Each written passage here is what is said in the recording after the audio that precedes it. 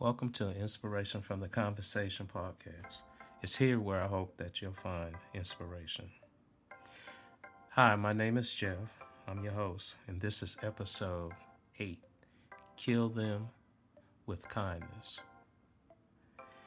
Before I get started, I'd just like to say Happy New Year to all my listeners out there. And I hope that you will have good health during this year. And I hope that you get the opportunity to do the things that you plan to do. But anyway, I'd like to take a moment and just explain what kill them with kindness means.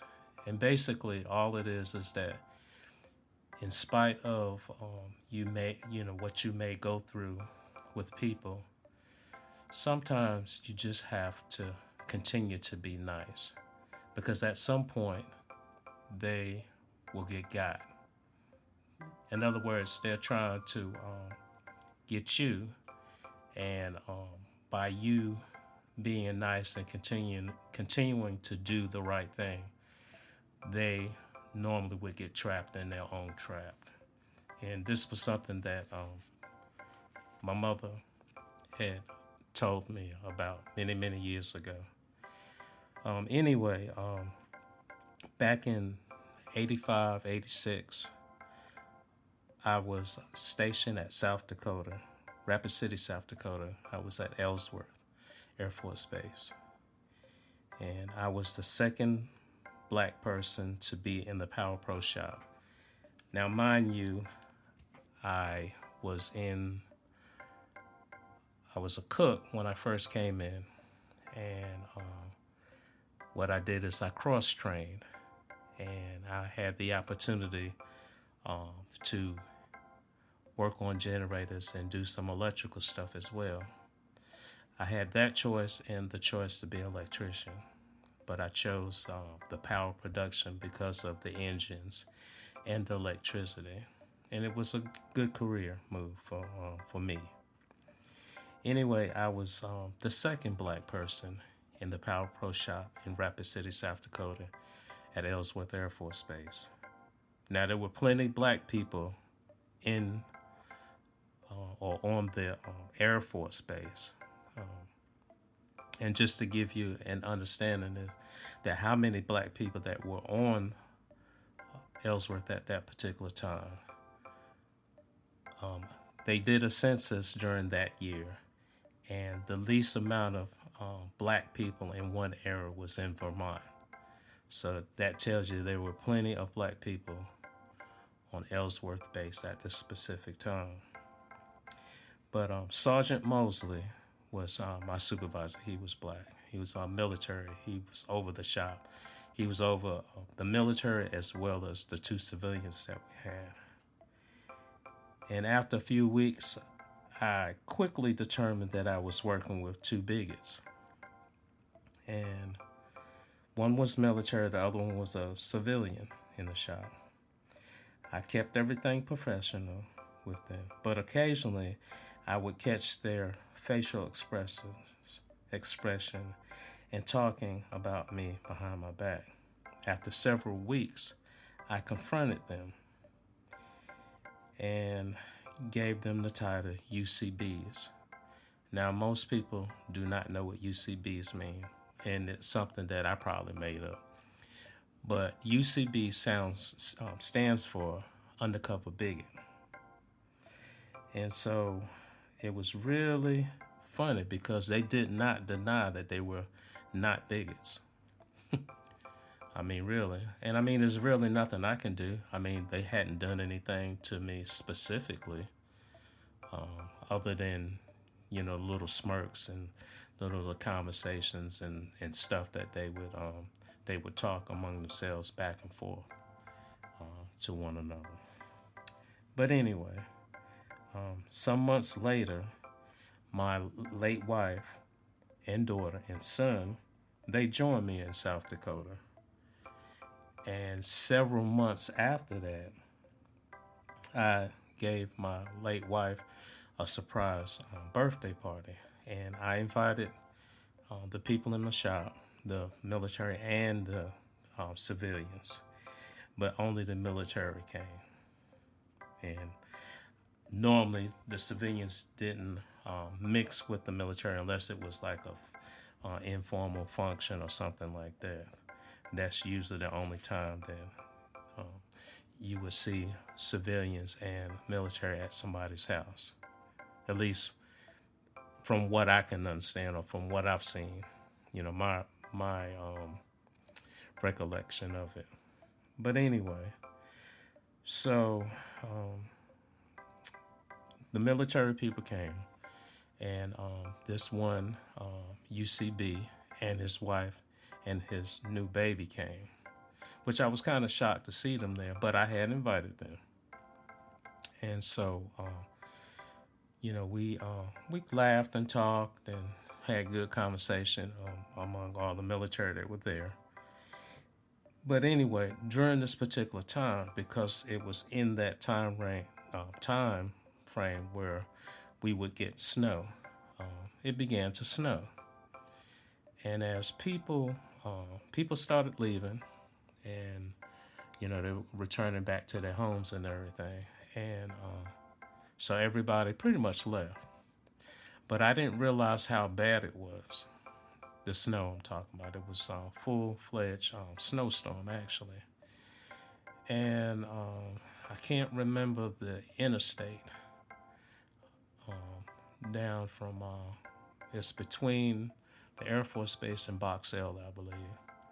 I can't remember what interstate that was. But anyway, it was probably about 20 minutes or so that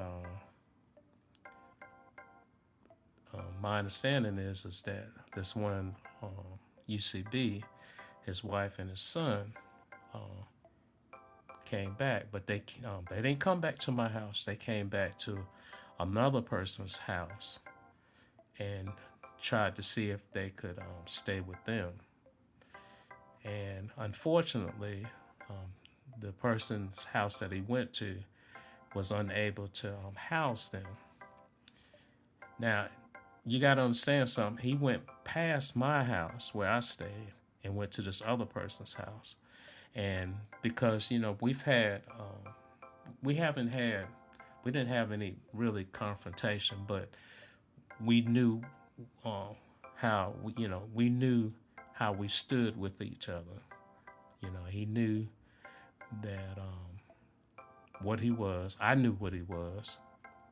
And I'm always, I always believe that as long as I know what you are and who you are and how you act, I can deal with you. But it's the people that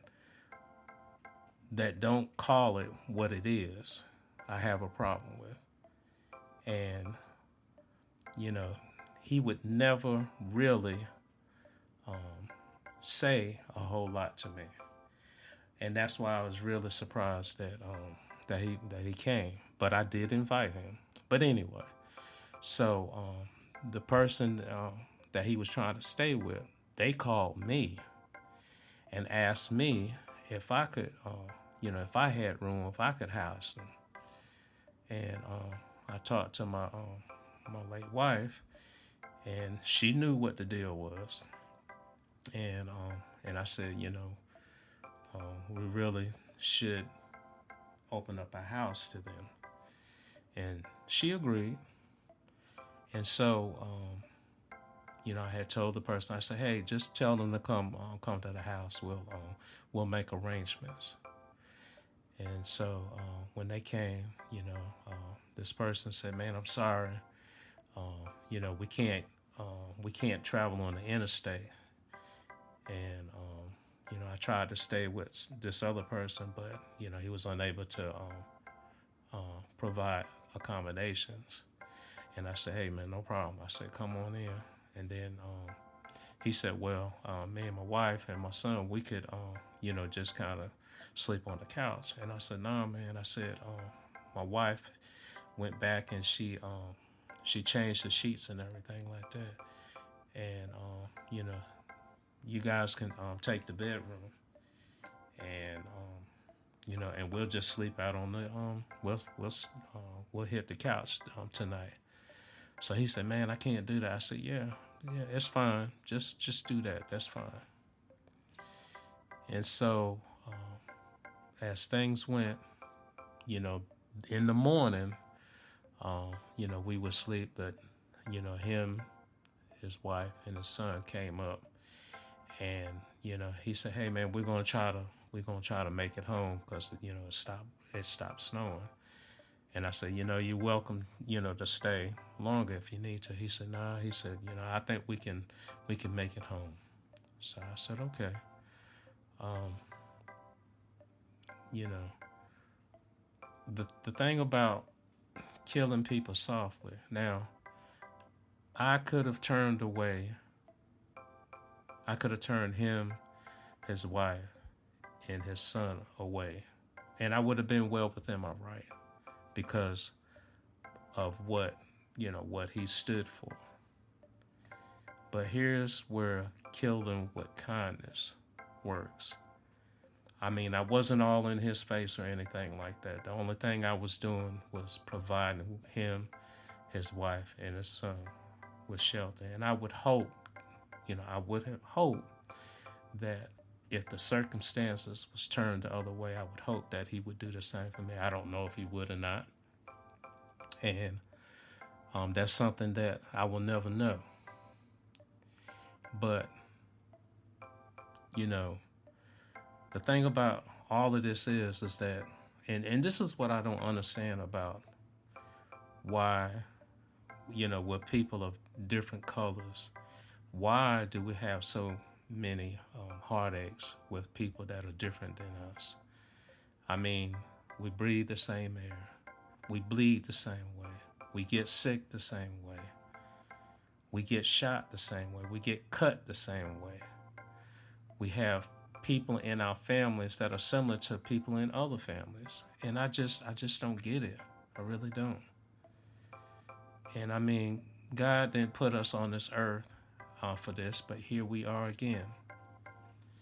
And I'm not going to say, with the climate that's getting ready to come, because the last time it was here, the racist rants and the way people acted towards people of color or difference in ethnicities was just crazy. But we were in that environment, and we had somebody leading the country that was that way. And so everybody felt like they could just come out. But I'm a firm believer that, as long as you tell me where you stand, I'm good with it, because I don't have to deal with you. I really don't. But if I'm in an environment and I have to deal with you, I deal with you. And as long as you're nice to me, I'm going to be nice to you. But it was just this instance here that things worked out. And I didn't plan it this way. But, things worked out that, I was able to be cordial with this person and his family. And the thing about it is that his wife was not like that. His wife was not like that. His wife was a beautiful person, a beautiful soul. Very nice. Very nice. Always was nice to me when I saw them out in public. But this other person was different. And to the life of me, I don't know how they got together, but they did. But it doesn't really matter, because, people are going to be who they are, regardless of what, whatever background that they come from. People are going to be who they are. But I just want to say that experience was an eye opener, not for me, but for him. And I could see that, when from that time forward, he was just very quiet. He was very quiet. And I wasn't doing it to show that I was the bigger person. I was just trying to be the bigger person. I wasn't all in his face with it.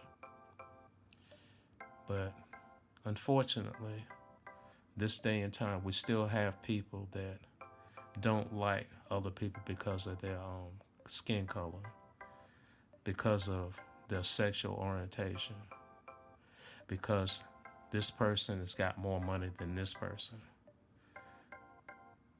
Or, well, I live in this house and you live in this house, and my house is better than your house. I mean, it's all material stuff. Come on, people. Let's get this thing together. I just don't understand it. But anyway, I just wanted to get that out. I had been thinking about this episode for quite a long time. And it was just one of those experiences that I had experienced back, I think that was 1985, 1986. And it was just crazy. It really was. But here we are, 40 years or so, almost 50 years. I can't do the math. Somebody do the math. But it's probably about 40 years or so. And we still are struggling with the same thing. But anyway, that's all I have for this episode. So I'm going to stop it right there. And I'll come back when I have more time. Talk to you soon.